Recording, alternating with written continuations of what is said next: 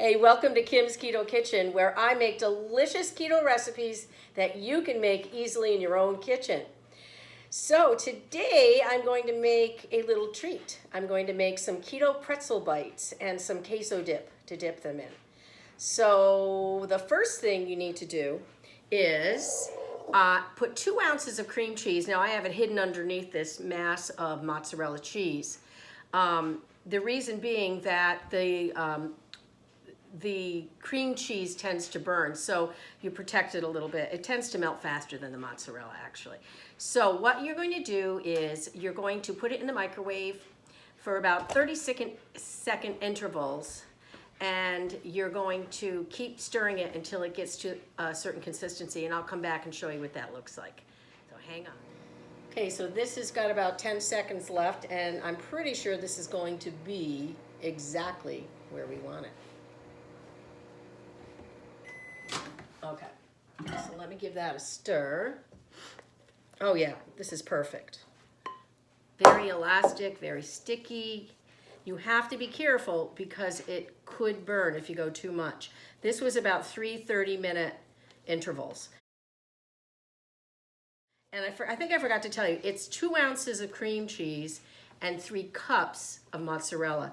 And I didn't have any Monterey Jack available at this time, so I threw in a few red pepper flakes to give it a little zing. All right, so now the next thing we're gonna do is use my stand mixer, and we're going to put in the bowl here all of this cheese mixture into that bowl. Try to get everything in there. And we don't want to miss anything in there. Okay, so we'll put that away. And then I'm going to put 2 cups. My mother gave me this really nice 2-cup measure. It's been a godsend. 2 cups of almond flour. Okay, so we're gonna put, sorry about that, we had a phone call in between. So we're gonna put the 2 cups of almond flour and the teaspoon of baking powder into our cheese mixture. And I like to mix this up first because it's warm, and the next 2 ingredients that go in, or next ingredient, are 2 eggs. And I don't want them to cook. We don't want scrambled eggs in our pizza bite. Okay. There we go. So I'm using a dough hook because this is going to be dough once we're done. So mix, mix, mix.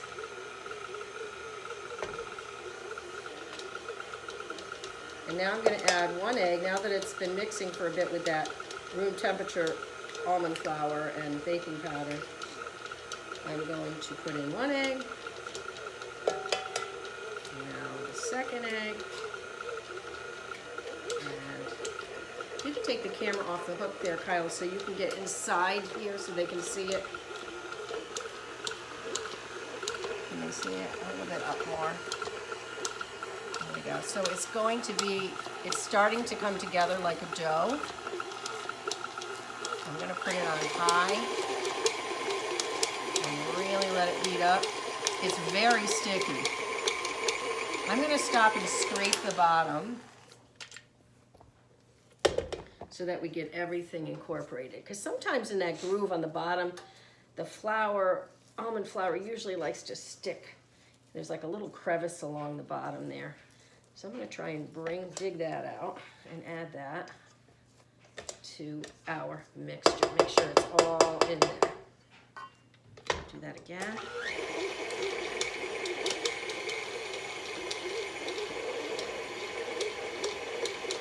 Almost there. Probably want to wait till it looks pretty uniform. It's getting there. I think that'll do it.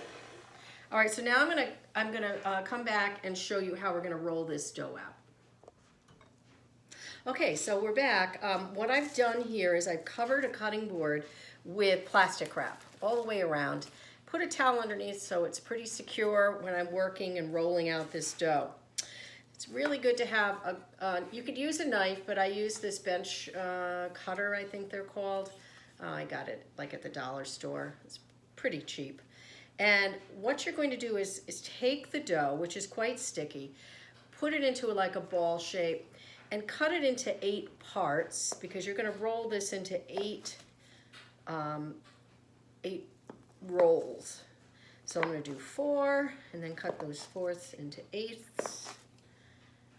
And now I can start with the first one. I'm going to move these to the side and show you. Now, this is the first time I've made these, so I'm going to, the recipes, I looked up a bunch of recipes and kind of made my own version here, just on Pinterest. And I'm gonna, you're supposed to roll it into a round shape, sort of like you do sometimes for sugar cookies, or those cookie doughs that you buy in the store, about 1 inch. And then cut those into 8ths. So I'm gonna go 1/2, 4ths. Can you tell I was a math teacher? 8ths. And we have these cute little pretzel dough shapes, which I'm going to put on my cookie sheet here that's been lined with parchment paper. So I'm just going to put them just about 1 inch apart. I'll probably get about 65 to 70 of these pretzel bites. So there's the first 1/8. Okay, we're on to the next part. We have quite a few. I put them on cookie sheets. What I did was, you needed 2 eggs for the recipe, so I have a 3rd egg here, which you'll need total for the recipe. And just give each one of these a nice wash with the egg wash. Oh, geez, they want to bounce around on me. Just going to give them a little pat. And the reason for this is because we want to put some salt on here. And just like those pretzel bites you see in the mall, oh my goodness, I could eat a ton of those. That's what I've been dying for. So this will be a really good substitute, I hope. So you know how they have that saltiness on the top? Oh. So I'm going to take some kosher salt, and I'm going to sprinkle some kosher salt on the tops of, and I'm going to be pretty generous, because that's the part I like the most, is that salty bite and the hard top, and then the soft interior. Oh, I can't wait. Okay, so this is how it is. You have to I've already preheated my oven to 400 degrees. I'm going to put it in for 12 minutes. And then I'm going to check on it, and if they're light brown, then I'm going to put my low broil on for 2 minutes. And that'll crisp up the top, and then we'll come back. Okay, let's go check and see what those pizza bites look like. What I did was, I put them in for a little longer than 12 minutes. I put them in for 15. I had to extend it because they weren't quite brown enough for me. And then 2 minutes on low broil. And look how delicious those look. They're nice and crusty on the top. And we're going to have to test them out and see how soft they are in the middle. But aren't they delicious looking? So what I did was, I started to melt some of this cheese for the queso dip. We're going to need something to put it in, to dip it in. So I used my food scale, and I found a recipe for keto queso dip on the internet. And I used this to help me measure 12 ounces of cheddar cheese and 4 ounces of Monterey Jack, and mix those together. And now they're really melted well. It took a little longer for this to melt than the mozzarella. Probably about 5 goes at 30 seconds intervals. So it did take a little bit of time. Okay, so what I'm going to do is I'm going to add a 1/2 cup of cream and 2 tablespoons of butter. It's softened butter. It's not melted. And I'm hoping that this hot cheese will melt that butter right up into. And if it doesn't, we'll stick it in the microwave and give it some time. Okay, so now we're going to add about a 1/4 cup of water. I'm going to go get some water from the tap. Okay, that's about a 1/4 cup there. So we'll use the same and put a 1/4 cup water. A 4-ounce can of chilies. Okay. Let's do about 1/8 of a teaspoon of each of these spices. I'm gonna do cumin. I'm not a big cumin lover, so I'm gonna do very little. It tastes like feet to me.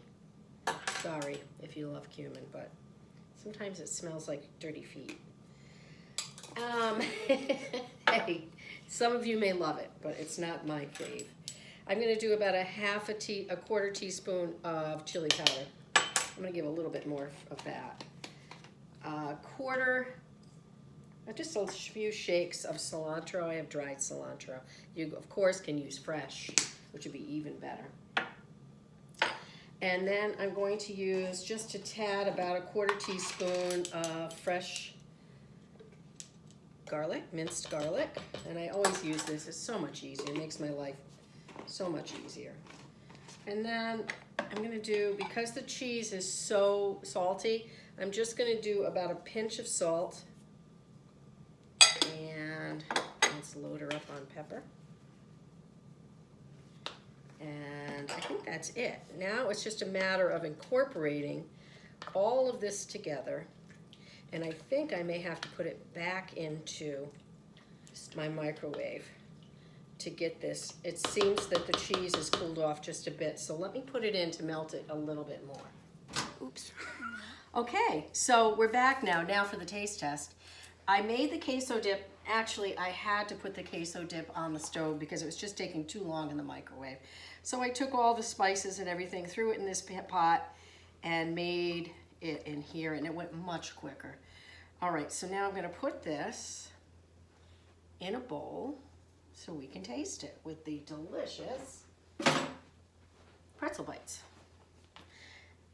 Now, for some reason, it keeps separating on me, and I don't understand why, but that's all right. I'm sure it'll taste delicious. Okay. So let's just taste its pretzel bite on its own first, okay? So it feels really crusty and crunchy on the outside. And let's see what it looks like on the inside. Ooh, delicious. Nice and soft on the inside. I don't know if you can see that. Tastes just like those ones at the mall. Delicious. And I bet it'll go over the top with this queso dip. Oh, wants to go for a swim. Okay. Oh my goodness. Out of this world. Just as spicy as I like it.